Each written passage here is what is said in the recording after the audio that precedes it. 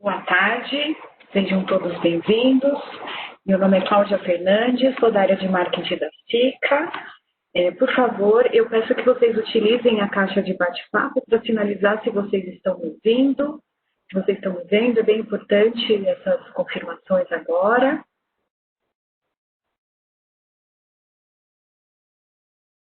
Aguardo aqui, vocês me ouvem?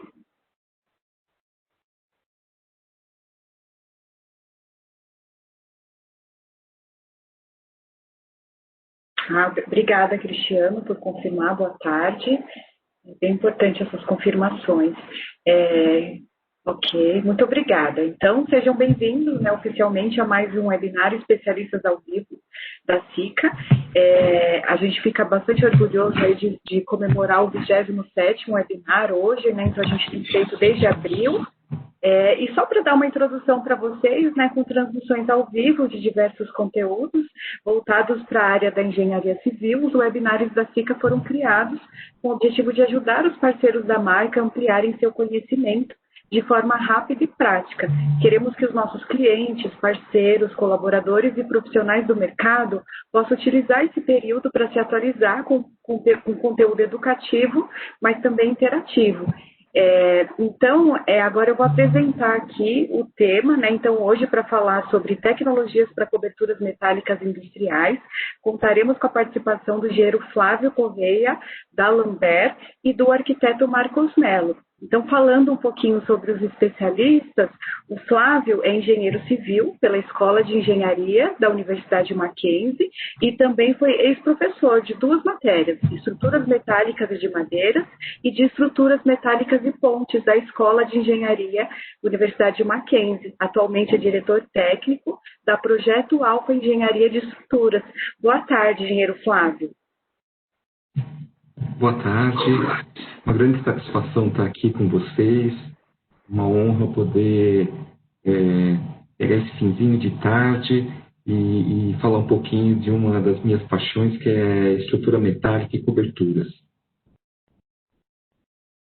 Excelente, ótimo, muito obrigada. E agora apresentar o nosso especialista da SICA, o arquiteto Marcos Mello, formado pela Faculdade de Belas Artes de São Paulo, atua no Departamento Técnico da SICA desde janeiro de 2018, especialista em desenvolvimento de produtos na área de coberturas industriais, coberturas metálicas, policarbonato, mantas sintéticas e membranas líquidas, e revestimentos de alto desempenho para pisos industriais, epóxi, uretanos, poliuretanos e cimentícios, entre outras tecnologias.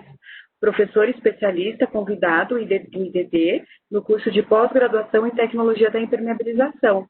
Atuação na área técnica, comercial e de desenvolvimento de mercado em produtos para construção civil desde 1993, tendo atuado profissionalmente em grandes empresas do segmento da construção civil. Boa tarde, engenheiro Marcos. Arquiteto, desculpa. Boa tarde, Cláudia. Boa tarde a todos que estão nos acompanhando. É uma satisfação participar de mais esse webinar da SICA, ainda mais na presença do grande profissional Flávio, da Lambert. Ele muito conceituado, é uma das pessoas mais conceituadas do mercado na questão de estrutura metálica. Muito obrigado, Flávio, pela participação, por ter aceito o nosso convite. É uma satisfação aí poder aprender um pouco aí com você. Obrigado. Com certeza, Marcos. Obrigada também. Só dando uns recadinhos, então eu vou estar aqui o tempo todo acompanhando e moderando esse webinar. Então eu peço, por favor, para que vocês utilizem a caixa de bate-papos para fazer suas perguntas. Eu vou ficar aqui monitorando e ao final da apresentação os especialistas respondem as suas perguntas. Então, por favor, utilizem e façam seus comentários. Engenheiro Flávio, agradeço também, em nome da SICA, o seu aceite para participar desse webinar. Seja muito bem-vindo.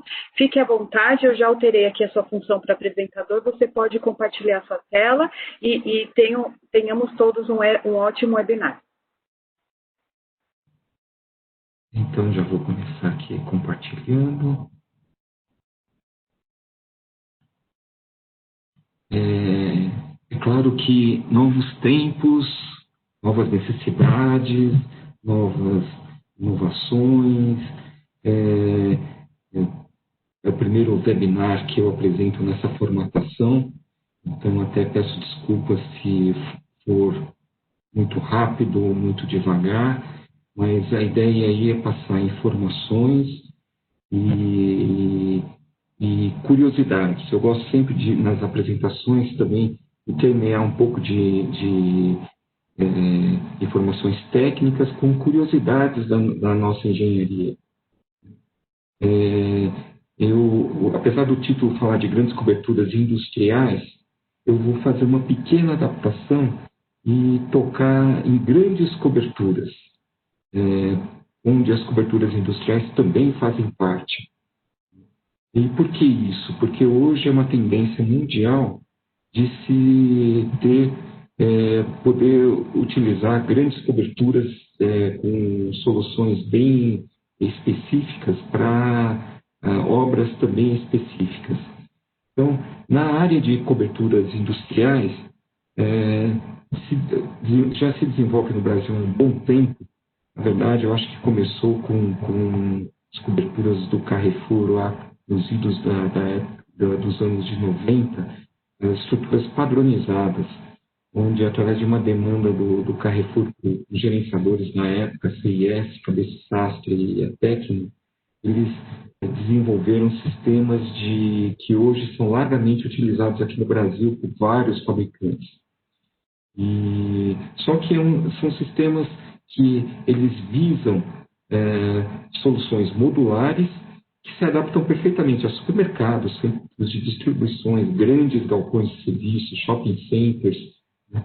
E eles precisam de grande produtividade e são mais ou menos já pré-engenheirados. Enquanto que as estruturas especiais elas já não se adaptam tanto para as coberturas de grandes áreas. Elas são específicas por sua tipologia de vãos, carregamentos para ginásios, estádios, edificações horizontais, como a que eu mostrei agora há pouco no Museu do Amanhã. Agora, vamos então do início. Quais são as principais funções das coberturas? Ela deve garantir a segurança estrutural para uma série de carregamentos que possam existir, né, sobrecargas, equipamentos, iluminação, etc. Ela deve garantir a estanqueidade do ambiente interno, conforto e segurança dos usuários. Isso é fundamental. Além de garantir a vida útil do conjunto e a minimização dos custos de manutenção. Hoje em dia, não se tem mais aquela noção de que o brasileiro não faz manutenção. Existem normas, existem sistemas que tem que ser garantida a manutenção de qualquer tipo de cobertura ou equipamento. Dentre as ações que atuam nas coberturas, sejam elas industriais ou não, nas grandes coberturas, talvez o vento seja a mais desafiadora. O vento nada mais é do que uma engenharia hidráulica, né? É o deslocamento de gases atmosféricos. E na engenharia, eles são classificados de acordo com sua intensidade e da direção que se movimentam. Nós temos uma boa norma, a NBR 612388, que, por sinal, está em revisão. Vou dar um spoiler para vocês daqui a pouco. Mas também usamos as normas americanas, europeias e da Oceania, Austrália e Nova Zelândia.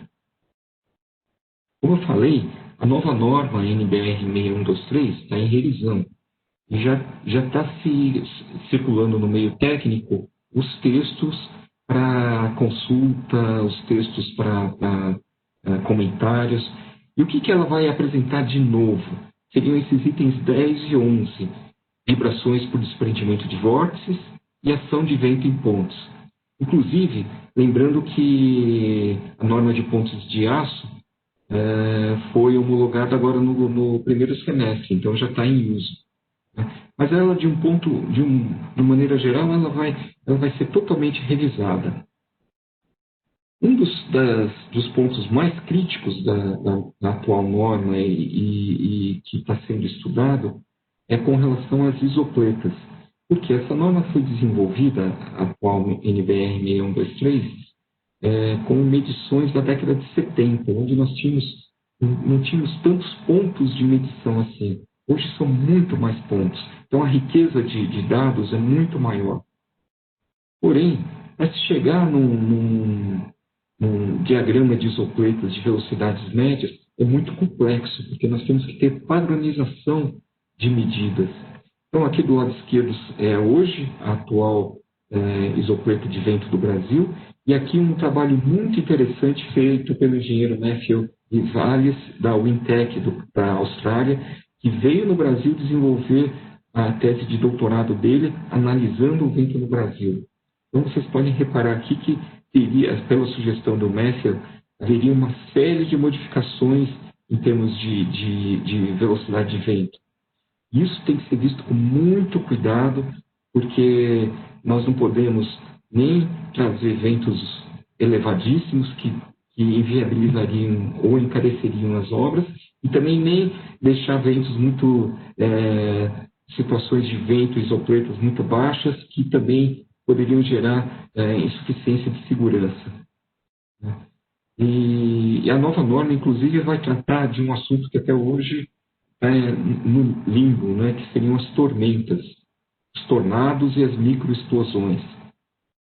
Os tornados, eles ocorrem no Brasil, porém em pequena intensidade, e nem se comparam com os que acontecem nos Estados Unidos, que podem chegar a velocidades de vento de 500 km por hora. Né?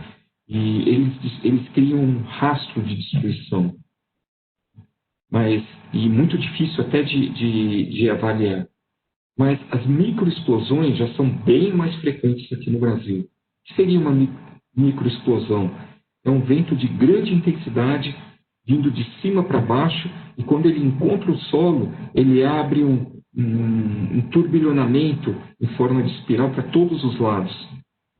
Então, esse realmente vai ser tratado agora na nova norma, e ele tem causado muitos acidentes aqui no Brasil, principalmente aqui no interior de São Paulo, Paraná, Rio Grande do Sul.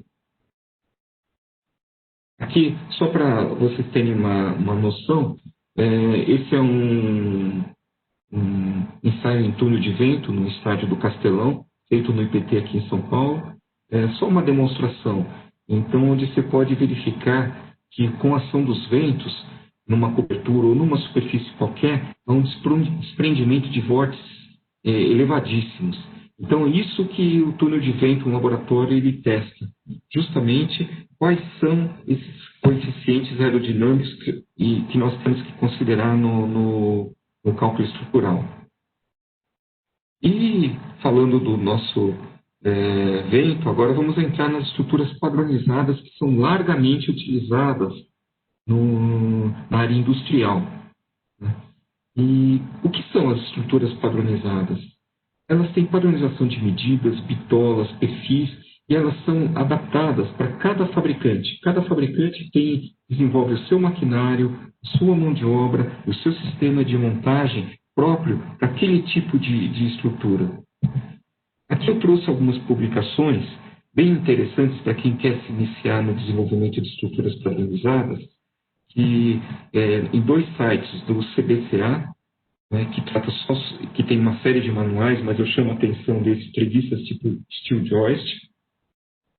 Nós desenvolvemos em 2007, mais ou menos, onde se traz os critérios para fazer um dimensionamento de padronização de treliças de telhado. Então, isso é bem interessante. E nesse manual, se tem, através de uma variação de vãos, uma variação de altura, as cargas que estariam nos estados limites de serviço e estados limites últimos, as cargas máximas admissíveis, por uma série de perfis. Nesse nosso caso aqui, 2 cantoneiras. Mas tem para tubo, tem para perfis laminados tipo W. Né?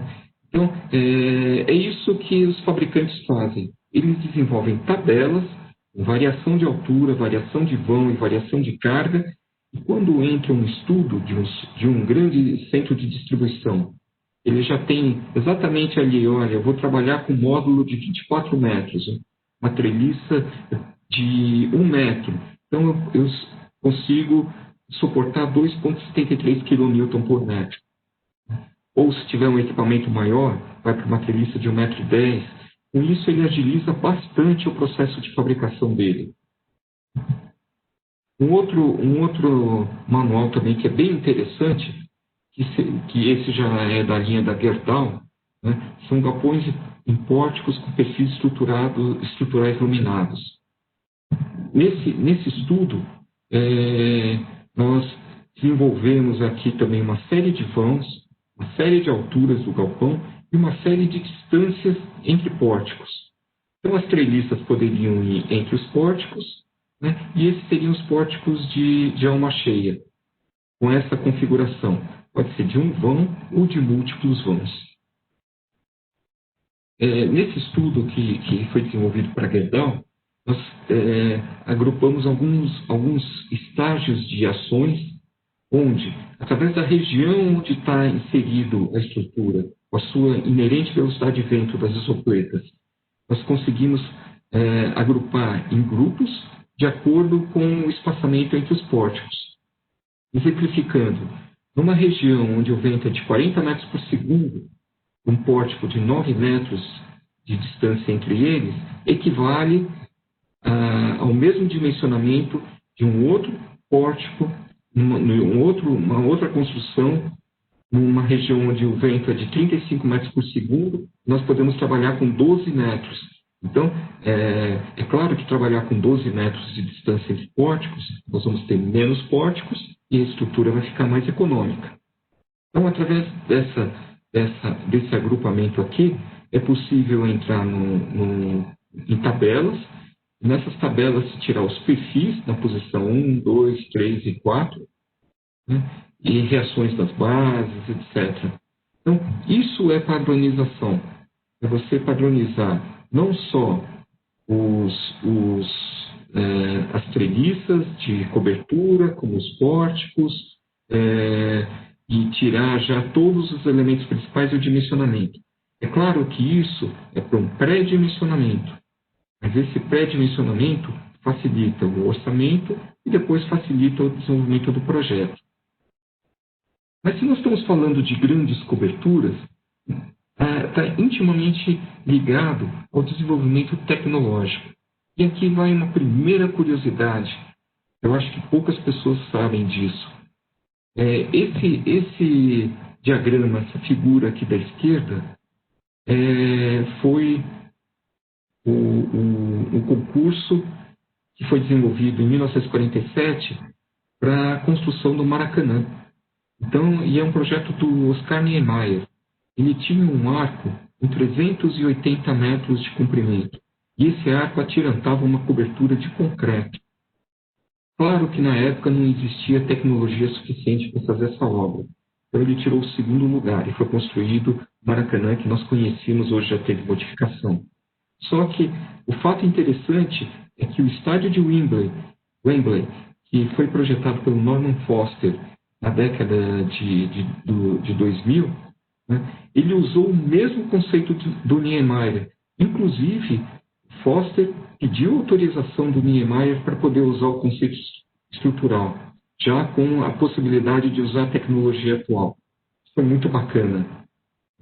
Uma outra curiosidade aqui também é do estádio do Morumbi, que eu vou detalhar até um pouquinho mais para frente, né, que foi o projeto ganhador do Vila Nova Artigas, que não tinha cobertura. Hoje é até tombado aqui em São Paulo. Mas a curiosidade foi que foi um concurso internacional e o terceiro lugar foi um projeto russo, onde o Maracanã, onde eles estipulavam na concepção deles que o Morumbi seria totalmente coberto. Meio esquisito, realmente uma arquitetura russa da década de 50, mas bem interessante. Então agora nós vamos entrar em termos de tecnológicos do que se faz hoje para grandes coberturas. Nós temos algumas tipologias já bem sedimentadas. Uma delas seria aquelas que são suspensas por pórticos. Elas são adequadas para áreas retangulares, tem que ter uma implantação muito cuidadosa, porque são complicadas de montagem, mas porém tem uma manutenção mais barata. Como exemplo dessa tipologia, eu cito o estádio do Verdão, em Cuiabá, onde tinham 4 grandes grupos de arquibancada, sendo que depois da Copa seriam desmontados 2 desses grupos e montados no interior em estádios menores. Claro que não aconteceu isso, né? Aqui o modelo em túnel de vento. Então, pela norma, aqui uma característica importante, pela norma, estruturas ou coberturas que não se adequem bem às tabelas as tabelas normalizadas, é necessário fazer ensaios de túnel de vento. No Brasil, nós temos 2 ótimos laboratórios, do IPT aqui em São Paulo e do professor Assir, da Universidade Federal do Rio Grande do Sul, lá em Porto Alegre. São muito conceituados e podem desenvolver qualquer estudo em túnel de vento.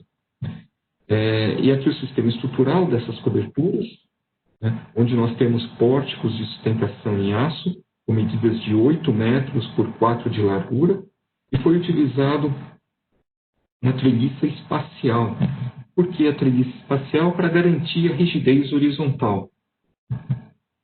Um outro exemplo também bem...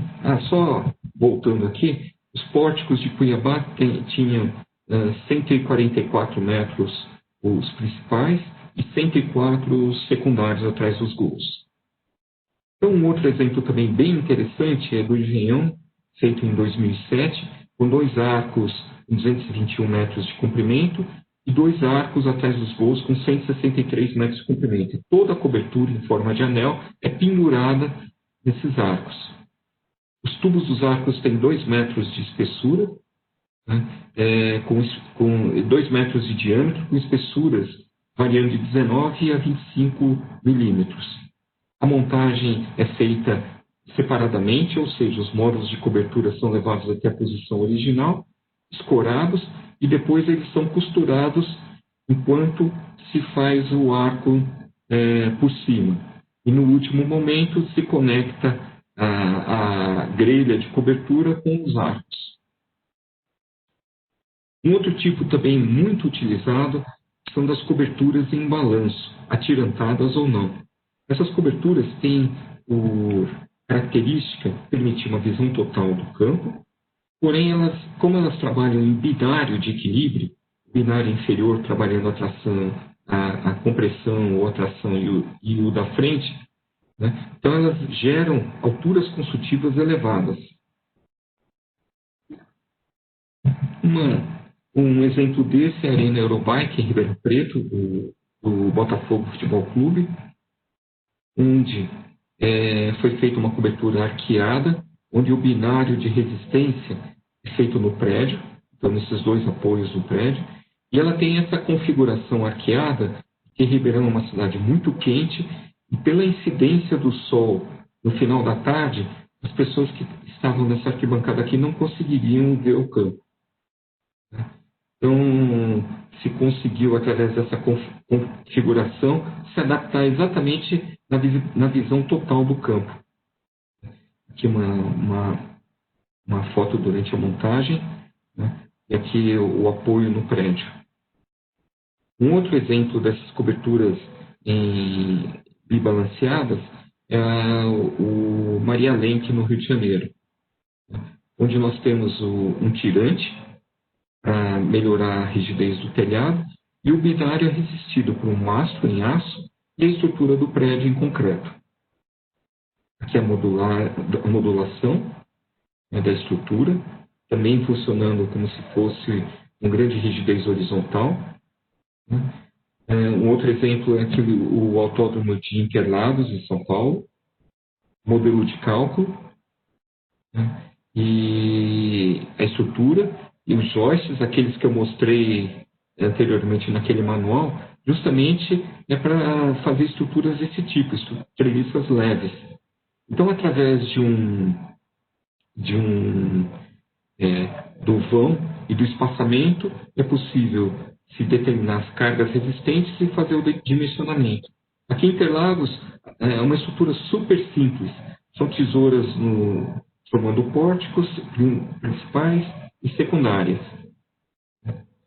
Se vocês estiverem escutando um uivo aqui, é que eu moro meio no interior e o vizinho tem 2 dois cachorros que uivam esse horário, né? Mas daí é para fazer o fundo musical. Me desculpa. Aqui o sistema estrutural que foi adotado, né? Onde o binário é feito aqui embaixo, né? Através de um mastro em aço, e a estrutura do prédio é um pilar em concreto. Lembrando sempre que coberturas em balanço, elas trabalham devido ao peso próprio, de cima para baixo, mas pode ocorrer sistema de sucção violento, onde há inversão de esforços. Então, esses elementos que eram tracionados podem se transformar em comprimidos. Então, muito cuidado com isso, principalmente quando se trabalha com cabos. Aqui, a mesma estrutura onde eles fizeram uma pequena bossa. Um outro exemplo, e por isso que eu citei os cabos, eu já vou explicar melhor, o estádio do Castelão, em Fortaleza, que foi um retrofit. Esse estádio do Castelão é uma arquibancada em balanço, onde foi feito um mega pórtico e pendurada a estrutura nesse pórtico. Aqui foi feito vários estudos justamente para verificar se não ocorria esse efeito sucção, onde esses cabos aqui que são de fios redondos não têm rigidez à compressão. Então ocorreria de até a estrutura tombar. De que forma que foi conseguido isso? Primeiro, o vento do Nordeste é intenso, mas não é tão forte. E segundo, essa estrutura aqui funciona como uma grelha. Então, mesmo que haja o alívio de um dos pórticos, ela transmite para os pórticos do lado, evitando que toda a cobertura levante. E esse mastro aqui, ele tem esse formato arqueado por uma razão também. Essa arquibancada aqui tinha sérios problemas dinâmicos. Ou seja, quando a torcida vibrava, né, comemorando um gol, o estádio tremia. Então, ele tem esse formato para funcionar como uma mola. Ou seja, quando a torcida pula, esse pórtico trabalha como mola, aliviando essa vibração. E quando o vento também atua sobre a estrutura, a arquibancada ela faz o efeito de amortização do amortecimento da cobertura. Então, eles trabalham os dois juntos. Aqui o modelo estrutural, né? Uma estrutura complexa desse tipo tem que calcular ela integrada com as fundações e a estrutura da arquibancada. O ensaio em turno de vento, o pórtico aqui em forma de mola, aqui durante a montagem. Então, são coberturas muito grandes, tem 50 metros de balanço. Era feito um módulo, esse módulo era posicionado já direto na posição final, eram colocados os tirantes, né, e depois se faziam as costuras. Uma montagem extremamente rápida. Só que lá o pessoal trabalhava dia e noite. Aqui, já compondo com o telhado, mas mais para frente eu vou conversar um pouco melhor sobre os tipos de telha e sistemas de fechamento. Né? E aqui sobre a análise dinâmica, né? Feita pelo Benedito Sérgio Stolovas, especialista em análise dinâmica. Então, ele verificou, integrando a estrutura do estádio e a cobertura, qual seria o ponto ótimo de rigidez da estrutura para que permitisse um trabalho perfeito entre concreto e cobertura. Então, aqui vocês podem ver que uma hora a cobertura amortece a arquibancada e em outro momento a arquibancada que amortece os efeitos de vento na cobertura. Eu falei lá na frente a respeito do Morumbi, que não tem cobertura até hoje. Mas quando se fala em tecnologia de grandes coberturas, vale lembrar que foi feito aqui um estudo muito interessante de fechamento da cobertura do Morumbi, na época do Juvenal Juvencio, já falecido. E nesse estudo se tinha justamente a ideia, o Morumbi também teve problemas de estabilidade dinâmica no passado, e a ideia era fazer pórticos que pudessem estabilizar a arquibancada, escolhidos é uma região de alta densidade populacional, o espaço é muito reduzido, os pórticos teriam que ser colocados em posições extremamente limitadas, né? E teria que ser feita uma montagem sem interferir em jogos ou em eventos. Agora, esse é o sistema estrutural que foi desenvolvido. Agora, como seria possível isso? Então, aí surgiu a ideia dos pórticos externos, de um anel de torção. Então, esse anel de torção teria a capacidade de absorver esforços de torção durante a montagem, né? Então, seria feito aqui mais ou menos como foi feito lá no Castelão. Monta entre dois pórticos esse anel, atiranta as treliças e depois vai se continuando a montagem.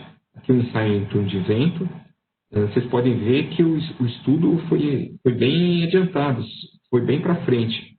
E pena que acabou não se viabilizando. E a montagem, então, era feita em trechos, onde se interditaria parcialmente o estádio, poderia se escolher as partes do estádio que seriam interditadas, até a conclusão final do anel. O sistema estrutural seria mais ou menos esse. Não se pode falar do São Paulo se não fala também do Palmeiras, que em termos tecnológicos foi uma sacada muito boa, porque o projeto arquitetônico inicial era esse, onde tinham grandes treliças e todas as estruturas eram em balanço, e um dos concorrentes, os Minas Mecânica, apareceu com uma solução bem inovadora de criar pórticos, 5 grandes pórticos nas caixas dos elevadores, e se colocar grandes treliças, e depois todas as treliças secundárias seriam biapoiadas.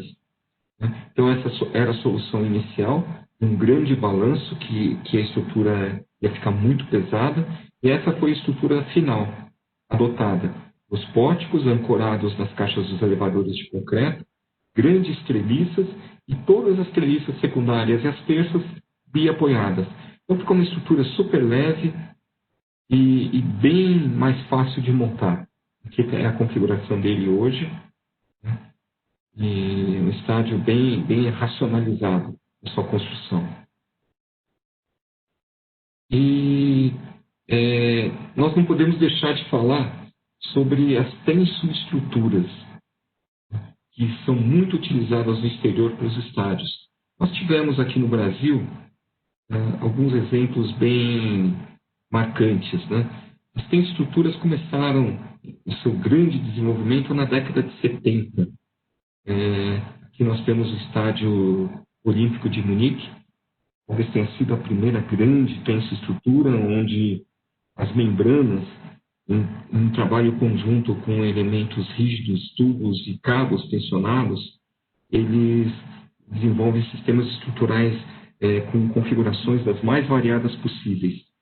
Ele tem uma aparência arrojada, porém necessita de uma sofisticada análise estrutural.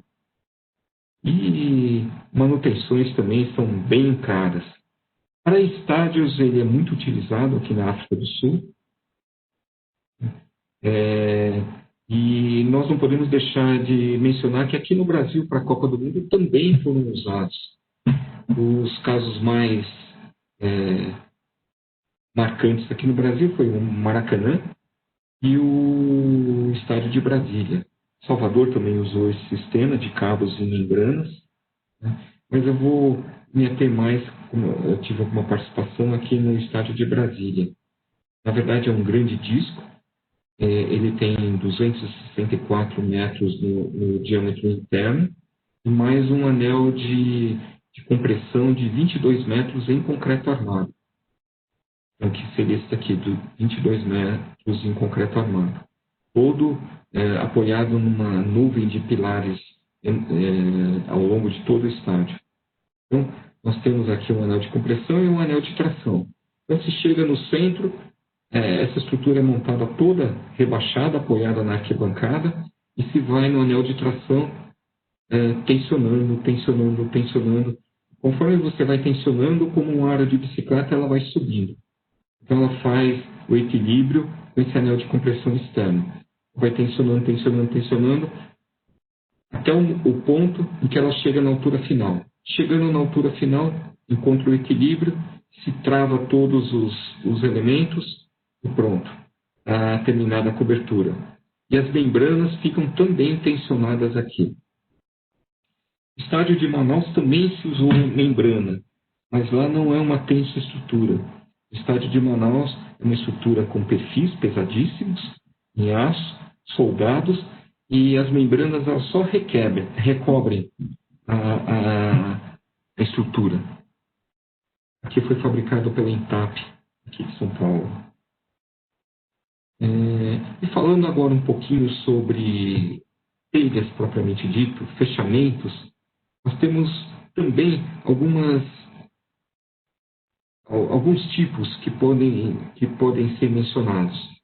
O primeiro grupo seriam das telhas metálicas convencionais e zipadas. Podem ser em aço galvanizado, vigas especiais tipo zincalume, alvalume, alumínio, né? E são as mais tradicionais. Elas permitem grande variedade de perfis, de cores, baixo custo de implantação, de manutenção, né? Porém também tem algumas desvantagens. Para grandes coberturas, elas têm comportamento rígido, não aceitam grandes deformações da estrutura. Elas, dependendo da cobertura, os arremates são muito complicados. Para substituir uma telha nem sempre é fácil. E estruturas com curvaturas complexas também são difíceis de acomodação. Então, para estádios, nem sempre se utiliza telha metálica, né? As zipadas se encaixam muito bem em telhados de grande longitude, como telhados industriais. Porém, tem que se tomar muito cuidado. Primeiro, dilatação. Nem sempre é aquela maravilha que o pessoal coloca de que com os clipes eles vão se dilatar convenientemente. Eu já vi telhados feitos num pano só, com quase 100 metros de comprimento.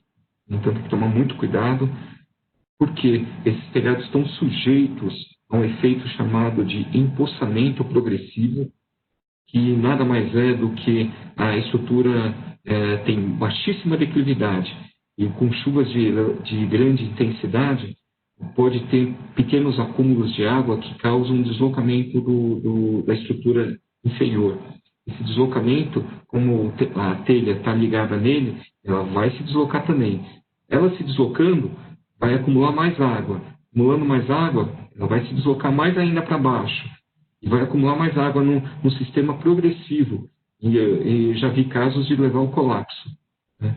Então, isso que tem que ser tomado muito cuidado com baixas declividades e panos de telhado também muito grandes, com dilatação só pelo clipe. Aí nós entramos nos sistemas de membranas, que podem ser de borracha, policarbonato, fibra de vidro, de dióxido de titânio, poliéster, TFE, né? Essas membranas, elas podem ser estruturalmente passivas, de PVC ou borracha, e aqui nós temos exemplo da própria Sika, né? Onde nós temos uma telha metálica como base. Essa base da telha metálica ela garante a resistência aos ventos, sobrecargas, etc. Nós temos uma barreira de vapor para não ter gotejamento de água, isolante térmico, que pode ser poliuretano, EPS, etc. Temos a fixação mecânica, que são clipes que ligam o membrana à telha de aço, e a própria manta de PVC, ou manta flexível. Então, aqui nós já temos o isolante térmico, que tem que formar uma superfície, e está aqui na fase de fixação dos conectores. Essa aqui é uma foto do catálogo da Sika. Aqui do Engenhão, onde nós vemos exatamente o ponto onde o pessoal está fixando a manta, na telha lá embaixo. No engenhão foi usado, em vez de telha, foi usado um steel deck um pouco mais fino. Steel deck normalmente se usa com 0,8 milímetros de espessura, aqui foi usado um com 0,65. Então, se fixa a primeira camada, vem com a segunda camada e faz uma termofusão. Aqui é uma das grandes vantagens que eu vejo da manta flexível. Você se adapta a todos os detalhes e dá uma vedação perfeita. Então, para telhados residenciais ou telhados industriais, onde se tem muitos ventiladores, tem clarabóias, interferências, plataformas, esse telhado se encaixa como uma luva. Ele é perfeitamente estanque. Porque aqui ainda não houve a termofusão. O que é a termofusão? É uma solda que permite a solidarização da manta superior na manta inferior. Vocês podem ver aqui que uma manta fica sobreposta sobre a outra. Depois vem com um soprador e se garante essa ligação entre as duas mantas. E o fixador fica escondido aqui, totalmente estanque. Porém, ele tem que chegar na camada resistente, que é a telha metálica. Aqui, diversos tipos de situação, né, para utilização de coberturas em manta flexível em telhados já existentes. Aqui eu tenho experiência disso, experiência própria que eu usei aqui na minha casa. Eu tinha uma telha de 50 milímetros de espessura de isopor e não dava um isolamento térmico adequado. Então, foi colocado, eu fiz com o sistema da Sika, foi colocado mais uma camada de isolante e a manta. Resolveu plenamente. Então, é muito fácil de se adaptar. E para casos especiais, também tem um produto que eu também acho muito interessante, eu também usei aqui na minha casa, que seria a membrana líquida, que nada mais é como uma pintura. Né? Então, para corrigir fissuras, cantos, chegada de bocais, ela funciona perfeitamente e dá um acabamento também muito legal. É uma pintura sobre o telhado, né? E pode ser feita sobre qualquer superfície, né? Garantindo, sim, toda a estanqueidade. Então, como eu já falei, a manta ela tem uma grande elasticidade, aceita bem deslocamentos da estrutura e dilatações, o que a telha metálica nem sempre se adapta bem, acomoda em qualquer superfície, é de fácil instalação e fácil reparo. Né? Como desvantagens, aí eu poderia colocar que a mão de obra não é tão fácil de se encontrar, né? E muitas vezes, em certas situações, também não se tem muitos detalhes específicos que podem ser montados. Como membranas também, nós podemos citar os policarbonatos. Como o tempo está meio exíguo, eu vou passar direto aqui. O policarbonato, ele já é um tipo de membrana, mas ele é rígido. Né? Uma cobertura passiva, ou seja, ele precisa de uma estrutura secundária, ele tem uma boa durabilidade, né? Ele é translúcido em sua grande totalidade, porém ele pode mudar de tonalidade com o tempo. O carbonato ele é muito utilizado principalmente para usos residenciais. Para coberturas estruturalmente ativas, a que mais se utilizou nos estádios foi a fibra de vidro com PTFE, que é um tipo de teflon que garante baixa atrito, tem uma grande durabilidade, boa ação às intempéries, né? A translucidez relativa não é muito boa, mas é resistente a agentes agressivos e uma coisa muito boa, ele reflete bastante a radiação solar. Tem também a poliéster revestido com PVC, esse não foi muito usado aqui no Brasil, ele tem uma vida útil limitada, ele sofre ataque de UV, né? É uma outra categoria. Ele é bem mais barato também. Ele é muito utilizado mais para galpões infláveis, de pequena durabilidade, né? A refletância também é razoável, não é das melhores, né? Depois nós temos um outro de ETFE, só que esse é caríssimo, também não foi muito utilizado, que ele permite a transparência. Casos bem interessantes dele, talvez vocês se lembrem, é aquele cubo aquático das Olimpíadas de Pequim, né? Foi bem interessante que eles mudavam de cor durante a noite, né? Então é possível, ele tem ele normalmente forma uma bolha e o pessoal insufla ar, um ar ionizado, e através de um sistema elétrico ele vai mudando de cor de toda a superfície, né? É muito bacana isso. Então aqui, como eu falei, insufla ar, só que esse é um material muito caro e tem pouca resistência mecânica e precisa de mão de obra altamente qualificada para mexer com ele. Porém, é um produto de extrema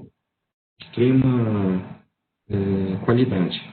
Um outro também produto de extrema qualidade são as mantas recobertas com dióxido de titânio, que ela confere à superfície uma característica de ser autolimpante, através de uma reação química que faz com a poeira. Essa também não foi usada aqui no Brasil, pelos estádios, porque também é extremamente cara.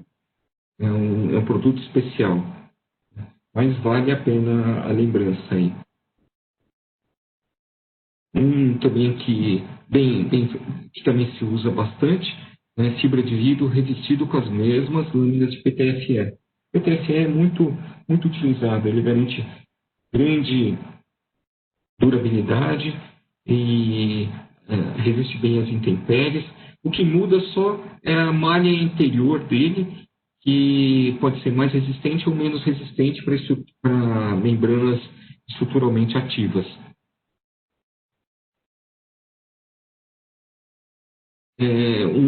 Uma outra membrana que também pode ser usada é fibra de vidro também, vestido com silicone, que é mais barato que PTFE. Mas isso também se usa muito pouco, porque ele agrega muita sujeira, ele tem ataque de intempéries, né? Então isso acaba limitando bastante o uso dele. Agora, Então, Marcos, a todos, desculpa ter passado tão rápido, mas como eu falei, é um formato novo que nós estamos tendo que aprender, né? E eu gostaria de passar muita informação, mas o tempo também é muito exíguo. Eu peço desculpa a todos pela rapidez, né? Mas depois fico à disposição para as perguntas. Não, foi ótimo, Flávio, muito obrigado.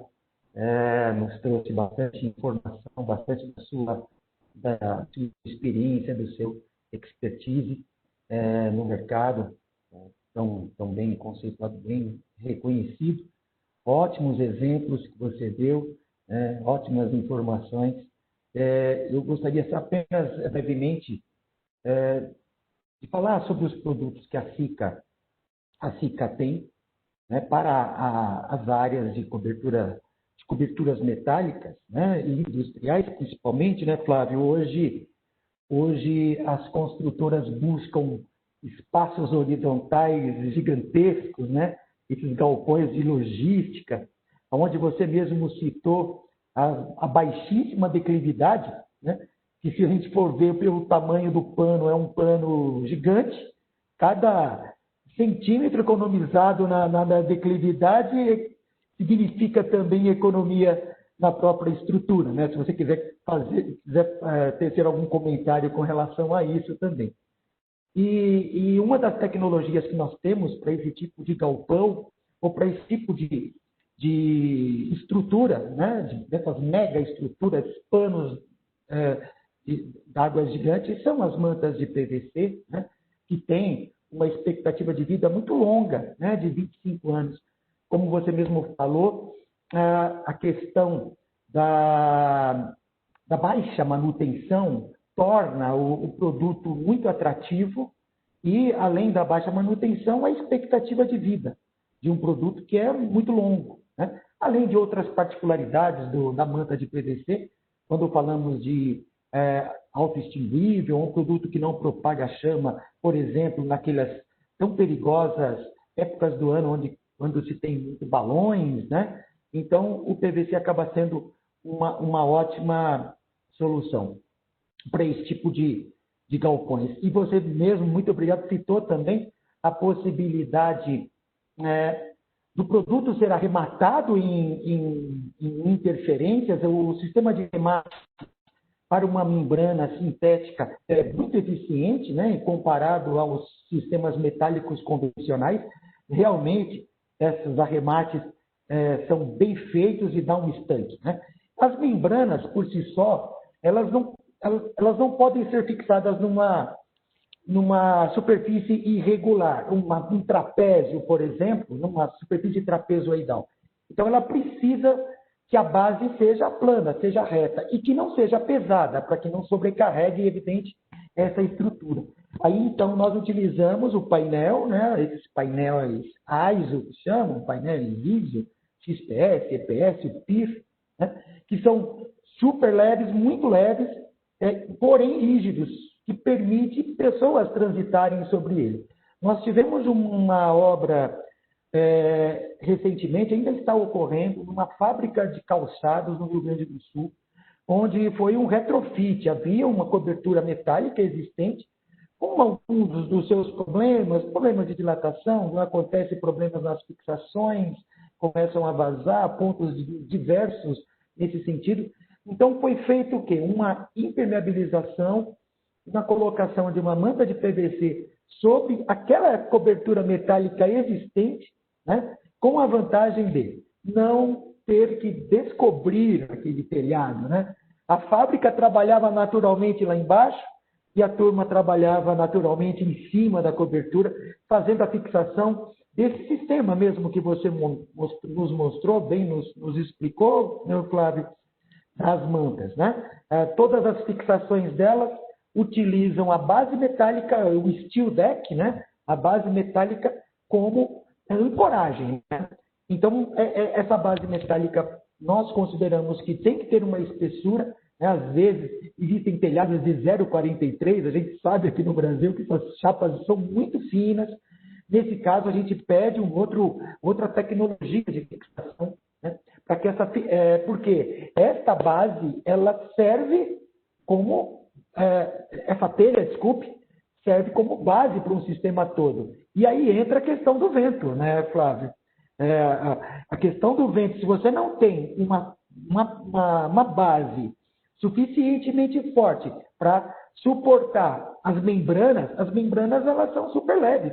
Mas a questão da sucção, você pode, se quiser comentar também, fique à vontade, né? A questão da sucção, elas são fixadas pontualmente. Imagina, né? Ela rasga a telha e tudo se solta. Então, tem que ter critério para tudo isso, critério de cálculo, de número de fixações. A base tem que ser uma base sólida, uma base sadia, uma base boa para receber os sistemas de manta de PVC, que é o sistema sintético, como você mesmo mostrou, até as tensas estruturas, né?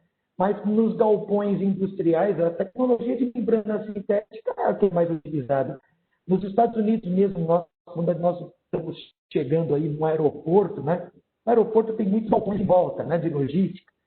A gente pousando, a gente não vê um telhado convencional, são todos com membrana sintética, tudo ali aquelas membranas brancas, né?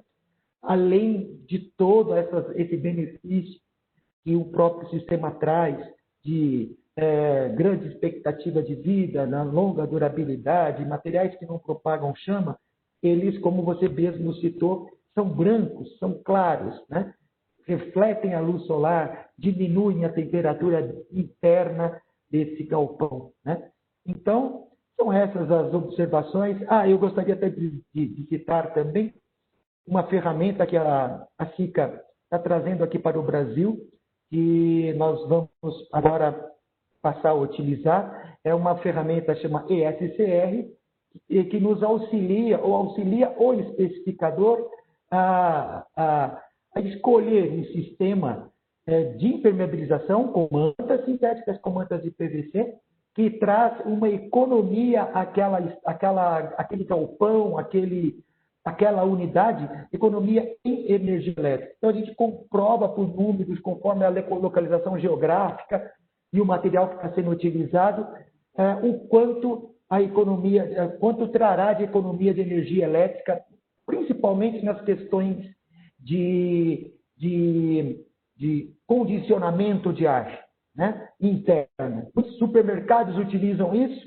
então, utilizando essa tecnologia que a SICA traz, das mantas de PVC altamente refletivas, né, com auxílio ainda do painel ISO, né, os benefícios são tremendos para esses galpões. Eram essas as menções. Flávio, muito obrigado novamente, né, pela sua aula. Eu gostei bastante, aprendi bastante aqui e agradeço muito a sua atenção, a sua disponibilidade. E que estejamos aí nos encontrando nas próximas. Legal, muito interessante a apresentação de vocês, também agradeço, mas aí eu estou colocando aqui, faço suas perguntas e a gente já tem perguntas do público para serem respondidas, né? Então, vamos lá. Eu tenho aqui o Eduardo Schmidt, ele fala o seguinte: sou aplicador de borracha líquida em telhados e coberturas. A pergunta: qual matéria-prima da membrana líquida que o Flávio comentou?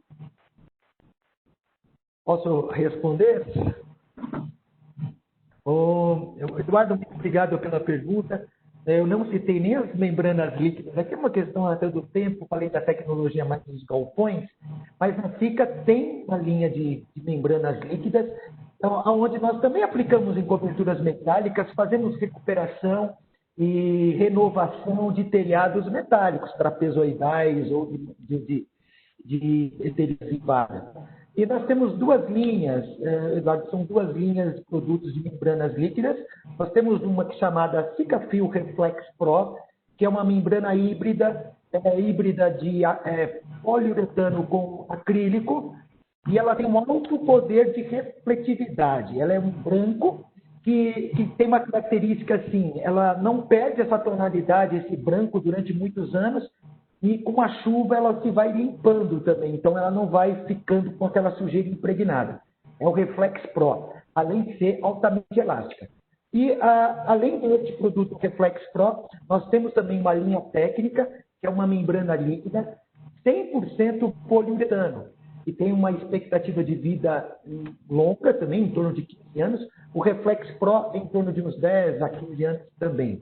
Então, chamada Cicalastic 612. É uma membrana líquida à base de PU puro. Ela é monocomponente. Ambas as nossas membranas líquidas são monocomponentes de super fácil aplicação. O Flávio citou, nós tivemos fazendo até uma aplicação na residência dele, onde nós fizemos uma aplicação do produto de uma membrana líquida, que tem um alto poder de adesão também, sobre um revestimento já existente. Então, isso é muito bom para se fazer manutenções e reformas. Obrigado, desculpe ser muito longo aqui nessa explicação, mas está aí. Espero ter respondido. Muito bacana. Obrigada, Marcos. Então, vamos lá, temos muitas perguntas, né? Aqui, agora eu tenho outra pergunta do Fábio Gomes, da Costa. Ele fala assim: a BNT-NBR 16366 traz informações sobre a qualificação do profissional, denominado como telhadista. Essa norma não seria interessante ser aplicada nas especificações de projeto ou nas instruções de trabalho como exigência de controle de qualidade dos serviços? Grande Fábio, mestre da tecnologia metálica também. trabalhamos juntos em muitos projetos bem complexos. Museu do Amanhã, e profundo conhecedor e estudioso, Fábio. Sem dúvida, sem dúvida. Quando se desenvolve o projeto, é importante, na concorrência, fazer um caderno de especificações. E nesse caderno de especificações, citar as normas pertinentes. Não só para desenvolvimento de fabricação, especificações de telhado, como também dos trabalhos e qualificação dos profissionais que irão trabalhar, né? Isso, aos poucos, já está se criando uma mentalidade. Eu já tenho visto com bastante frequência esses cadernos já bem especificados, viu? Está melhorando bastante.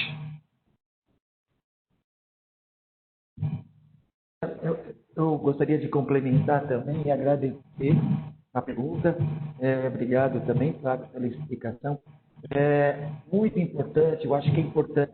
O projeto é fundamental, né? Tanto na questão da estrutura térmica, que tipo de material vai utilizar em cobertura, ou a qualidade do material é também muito importante, evidente, mas a qualificação do aplicador, e aí estou muito feliz nessa pergunta. Me desculpa até, qual o nome, perdão, Cláudia? Fábio. Fábio, muito obrigado, Fábio, pela pergunta. Porque a qualificação, ela teria que fazer parte da norma, eu considero também.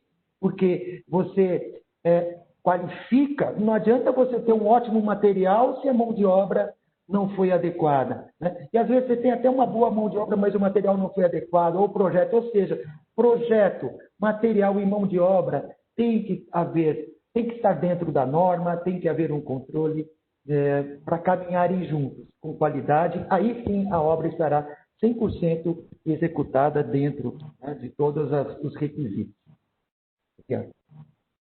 Obrigada, Marcos. Obrigada, Flávio. O Eduardo, ele quis complementar a pergunta dele. Ele pergunta se a gente tem algum produto para laje de shopping que está com vazamento ou estacionamento. Quais são as membranas que nós sugerimos? O Eduardo, muito obrigado novamente. Nós temos sim, Eduardo, nós temos essas duas produtos que eu citei, o poliuretano Cicalastic 612 ou o híbrido, a membrana híbrida Cicafil Reflex Pro. Existem, a Cica também tem um material acrílico, 100% acrílico, que é uma membrana líquida, porém ela tem uma expectativa de vida mais curta. O uso das membranas acrílicas são mais destinadas a obras de pequeno porte, obras residenciais. Se você tem uma obra grande porte e quer, evidente, aumentar o tempo de manutenção, assim, deixar ele mais rápido, utilize essas membranas que têm expectativa de vida de 15 anos, o Cicalastic que tem até uns 20 anos, dependendo da espessura. Então, são ótimos produtos elásticos e tem um alto poder de aderência na base. Então, é ótimo, não precisa você retirar proteção mecânica, você faz uma limpeza, um tratamento, um lixamento, limpa, só que tem que estar bem seco e faz a aplicação dela por cima, utilizando rolos, enfim, é bem simples a aplicação. Tá ótimo, Marcos, obrigada. Eu falei, o Eduardo, inclusive, ele deixou o e-mail aqui na caixa de bate-papos, Marcos, depois eu vou passar para você, porque ele queria receber mais informações, catálogos, ele quer continuar aí o bate-papo, né? Então eu vou passar para o Marcos, tá? E a gente compartilha os catálogos e começa a falar sobre esse assunto dessa obra que você tem aí. Muito obrigada, inclusive, por isso. Então, pessoal, a gente está chegando aí ao fim, né? Já são 7h03. Então, né, é realmente uma hora muito pouco, né, para um conteúdo como esse, né, e com esses especialistas, inclusive, que tem bastante conteúdo para nos passar. Mas aqui estão os contatos dos especialistas e vocês fiquem à vontade para contatá-los.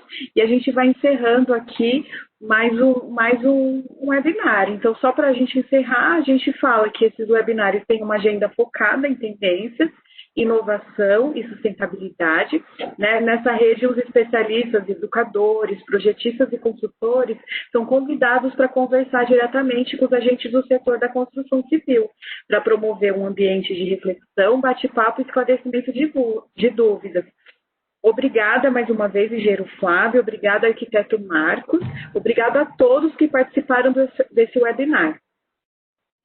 Quero também aqui aproveitar e também agradecer a Sica, a Cláudia, Marcos, muito obrigado pelo convite e a todos que participaram, né? E estamos às ordens sempre para maiores esclarecimentos. E foi uma honra para mim. Um grande abraço a todos. Para mim também foi uma honra, Flávio. Cláudia, muito obrigado. Flávio, obrigado por ter atendido ao nosso convite e agradeço muito a sua disponibilidade. E obrigado a todos que estão acompanhando, colaborando com as perguntas. Entraremos em contato com todos que se interessarem. Segue meu contato aí. Com certeza eu posso esclarecer as dúvidas aí em relação aos produtos. Isso aí, Marcelo. Um abraço a todos. Obrigada, pessoal. Tchau. Um grande abraço. Até logo. Um abraço. Até logo. Uma boa noite. Obrigado a todos. Boa noite.